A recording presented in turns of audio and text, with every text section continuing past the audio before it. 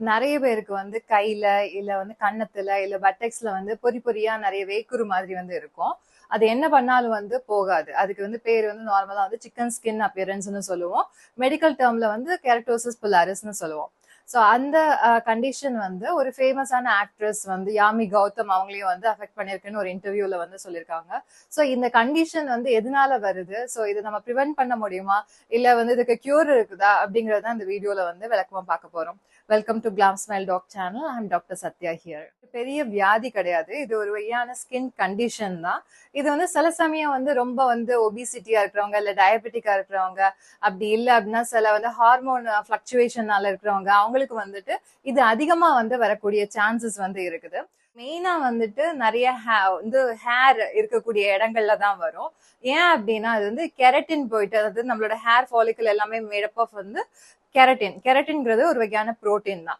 So அது என்ன பண்ணும் அப்படின்னா நம்மளுடைய ஸ்கின்ல இருக்கக்கூடிய போர்ஸ் போய் வந்து அடைச்சுக்கும். சோ அப்படி அடைக்கும் போது அந்த மாதிரி ஒரு சின்ன பம்ப் மாதிரி வந்து பொறி பொறியா வந்து ஃபார்ம் ஆகுது. சோ இத வந்துட்டு நம்ம வராம இருக்கணும் அப்படின்னா என்னெல்லாம் பண்ணலாம் அப்படின்றத பாக்கலாம்.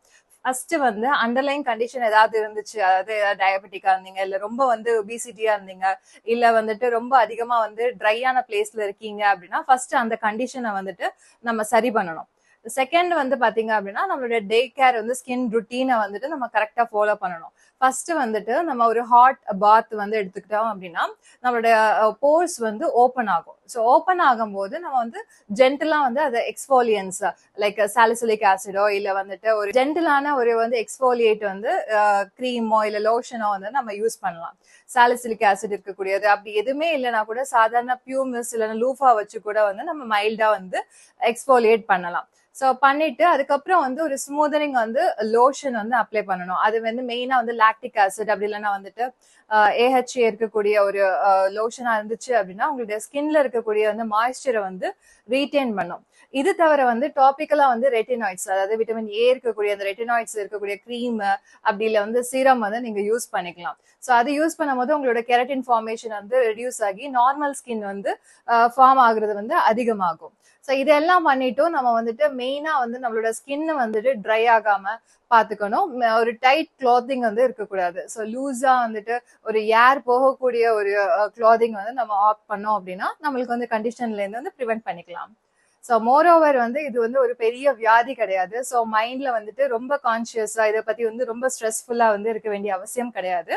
இதை வந்து நார்மலா வந்து நம்ம வந்து கிராஜுவலா கம்மியாகனாலும் பரவாயில்ல அப்படிங்கறத வந்து ஏத்துக்கணும். அப்படி இல்லை அது ரொம்ப வந்து ஸ்ட்ரெஸ் ஆகுது அப்படின்னா நம்ம டெர்மட்டாலஜிஸ்ட் வந்து பார்த்து ஒரு ட்ரீட்மெண்ட் வந்து எடுத்துக்கலாம். இப்போ நிறைய ட்ரீட்மெண்ட்ஸ் வந்து அவைலபிளா இருக்குது. வந்து லேசர் ட்ரீட்மெண்ட்ஸ் அப்படி இல்லை அப்படின்னா ஸ்கின் பீலிங், இந்த மாதிரி நிறைய வந்து ட்ரீட்மெண்ட்ஸ் வந்து அவைலபிளா இருக்குது. அதாவது மெடிகேஷன்ஸும் இருக்குது.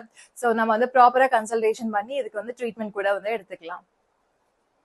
ஸோ டிஸ்கிரிப்ஷன்ல வந்து என்ன மாதிரி வந்து சன்ஸ்கிரீன் யூஸ் பண்ணலாம், என்ன மாதிரி வந்து எக்ஸ்ஃபோலியன்ஸ் யூஸ் பண்ணலாம், இல்ல லோஷன்ஸ் வந்து யூஸ் பண்ணலாம், இல்ல நான் பர்சனலா வந்து என்ன யூஸ் பண்றேன் அதையும் வந்து சேர்த்து வந்து அதுல கொடுக்குறேன்.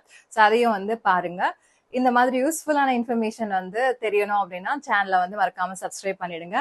நோட்டிபிகேஷன் அந்த பெல் ஐக்கானையும் வந்து கிளிக் பண்ணிக்கோங்க. ஸோ தட் ஒவ்வொரு நாளும் வீடியோ வந்து உங்களுக்கு டெய்லியே ஒரு வீடியோ வந்து உங்களுக்கு வந்து வரும்.